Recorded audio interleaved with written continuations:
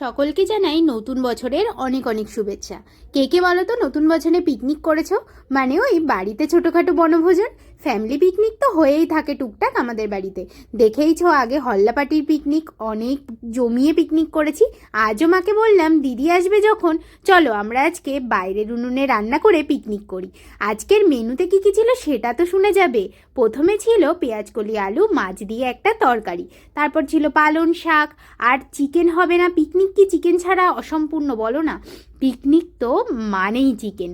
তো তারপর কলা পাতা কেটে এনে গরম গরম ভাত কলা পাতায় বসে জমিয়ে রোদ্দুরে খাওয়া দাওয়া করলাম। সাথে হালকা পাতলা একটু গানও চলছিল, কিন্তু সেটা তো আর তোমাদেরকে শোনাতে পারলাম না, কারণ ওই যে কপিরাইটের ভয়।